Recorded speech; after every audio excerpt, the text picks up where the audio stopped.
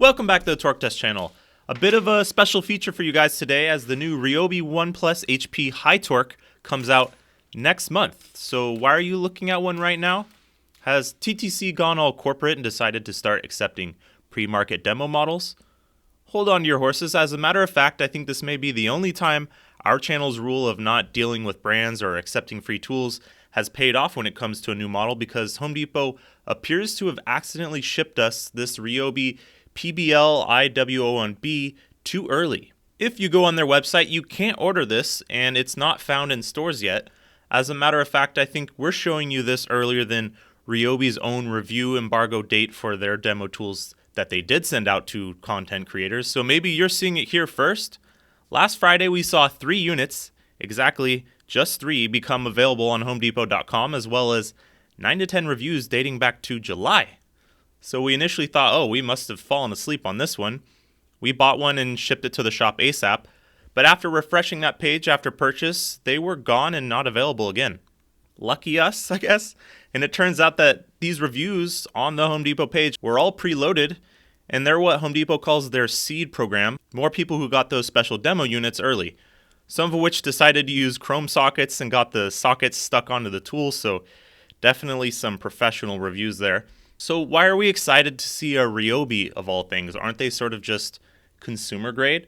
Well, a few reasons. One, this is Ryobi's first ever high torque, literally their first at-bat in the category of impact wrenches. Number 2, this is made by TTI, who makes Milwaukee, and if we've learned anything on this channel, it's that they seem to know how to make an impact wrench.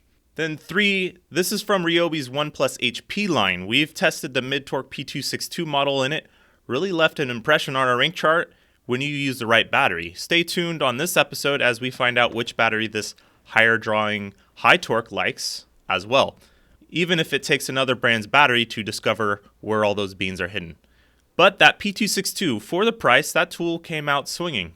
And lastly, speaking of price, the reason we're excited to see this guy is it's only $199. That makes it by far and away the most affordable high torque we've ever tested. Some have come close as kits or on sales, but at a retail price, nothing has touched $199. That makes it cost less than most of the mid-torque main players we've seen. And the mid-torque category seems to be where Ryobi has their eyes on as well, with this one in size and specs. At 8.2 inches long and 5.1 pounds, this is also the shortest and lightest high torque we've ever tested. Not that it necessarily looks that way in person or on camera, but factually it is. The Milwaukee 2767 is already coming in close at 8.4 inches and 5.9 pounds, but models like the Flex at 8 3/4 inches and about 7 pounds bare far eclipse it in both metrics despite similar torque claims. And those torque claims for the Ryobi are 700 foot-pounds fastening and 1170 breakaway, similar to the Flex's 800 and 1100, and well, almost identical to Dewalt's 700 1200. Is Ryobi going after Dewalt's aging model with new, smaller, lighter, cheaper additions? While the P262 was sort of long for a typical mid-torque, this high torque is going in another direction altogether. In fact, only 1 inch longer than that P262 mid-torque.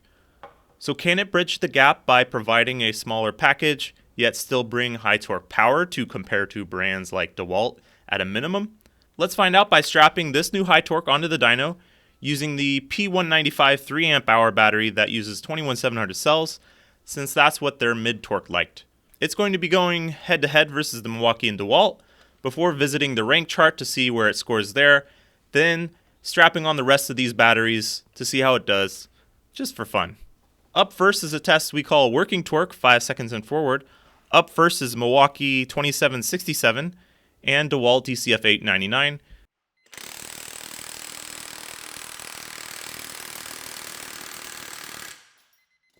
And now for the all-new Ryobi HP high torque we probably shouldn't have right about now.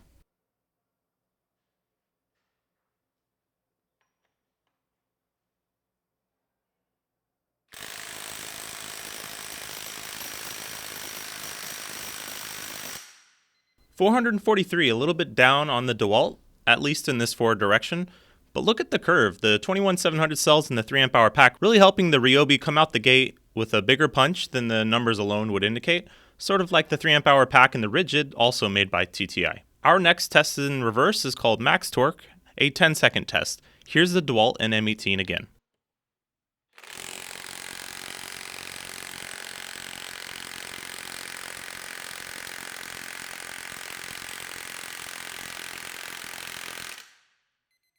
The M18 running away with things. Let's see if the Ryobi can close the gap or if it's just another low budget bummer.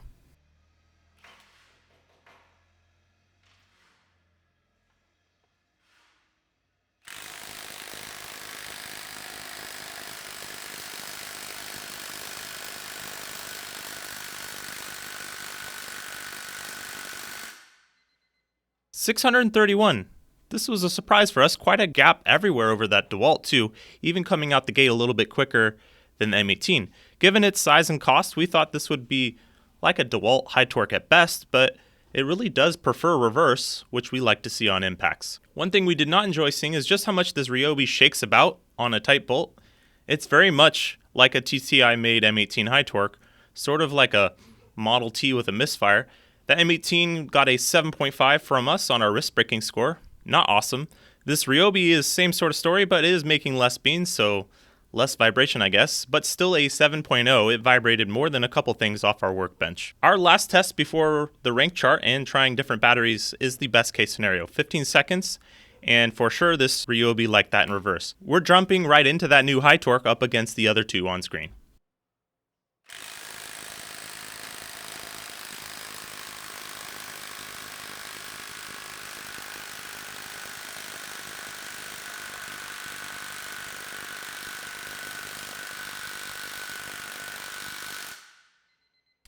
$675 and building a gap even more over that Dewalt now. While both the Dewalt and the Ryobi here are rated about the same 700, 1200 or so, it's interesting to see a performance gap at all. A nice surprise, it may be more like a modern, smaller budget Makita high torque than a Dewalt, which is saying something. Well, let's see if our rank chart agrees. Starting down here, the dyno runs are turned into points as 44, 63, and 68. It's only 8.2 inches long, which should help here, but also not like unheard of power. That's 82.3 points. Ryobi advertises 700 foot-pounds tightening, which is what we're doing today, tightening even in reverse. That's pretty close to what we saw too. So that's 96% or 96 points. Considering the P262 mid-torque got 98%, seems like we've sort of zeroed in on Ryobi's torque ratings and it matches ours pretty closely. $199, yeah, it's going to enjoy this column. That's the cheapest cordless on this list. Lower than most of the air tools here as well. 50.9 points. That totals 404.2, or enough for 11th place, right below the IR, which makes a heap more power, but yeah, also costs a lot more and advertises a whole lot more. And bumping down the Makita high torque in the process, which makes a little more power overall, but look at that length and weight. The Ryobi benefiting from some 2021 TTI designs for sure. But that Ryobi is being helped here a bit by price and being honest about torque on our rank chart, which we like to encourage. But if we're talking just purely power, let's head over to our average power rank list. This is an average across the run, balancing peak and dynamic performance out the gate.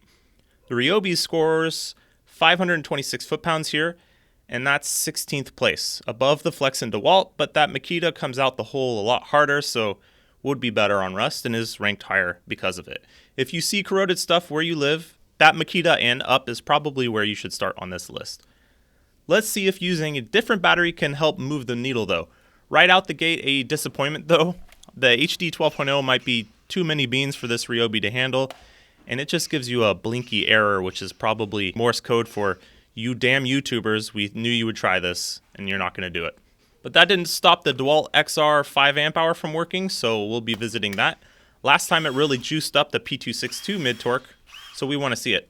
We're going to start in the bargain basement though. Ryobi likes to package these really bad black 4 amp hour batteries in most of their kits for some reason, plastering HP all over the new tools, but refusing to package an HP battery with them that have those extra 2 connectors to communicate with the tool. So here's the non-HP 4 amp hour in black on screen.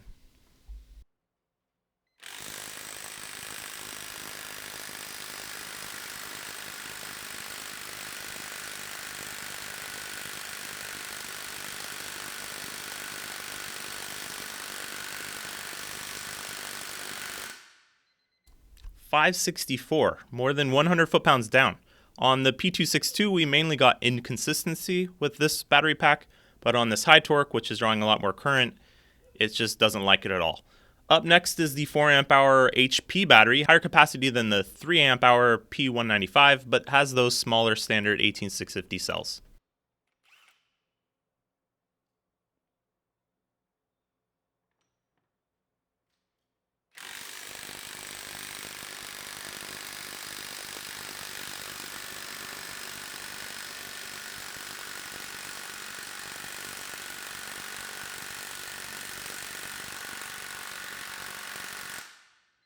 $655, not so different to the 3 amp hour, but still less. The 3 pack we had to keep charging today to stay at 4 bars though, so things might change at lower battery levels with less capacity. We'll find out. Next up is the Dewalt battery. For those of you who are not in the know, these just say 20 volt max. It's an 18 volt pack like the rest on screen really, it's just marketing. But they do tend to spit out those beans on these Ryobis because Dewalt tools monitor the battery with the tool, not inside the battery itself. So it's sending all those amps blindly, perhaps hurting the tool or battery in the process, but it's still fun. Showing the Dewalt versus the 3 amp hour pack on screen first. Yeah, you can't exactly always trust these adapters. Seems like on the high torque, it just didn't want to hold as well as it did on the mid torque. Let's try that again.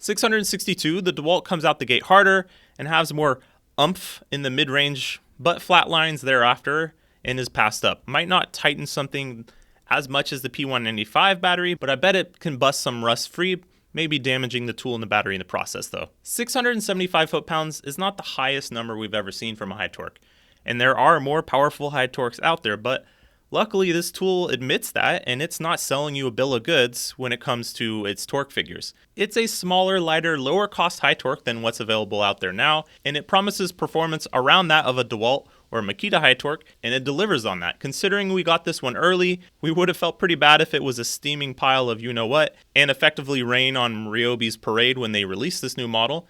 And I mean, if it was a pile, we would have shown you either way. While we can't speak to its reliability yet, because this is only hours old in our hands, we have had some Ryobi tools sort of give up the ghost in the past, it's hard to call this one a bad buy. If you have Ryobi batteries, you should rejoice that a high torque finally exists in your line, and if you're looking for your first high torque on a budget, dollar for dollar, this one's hard to ignore.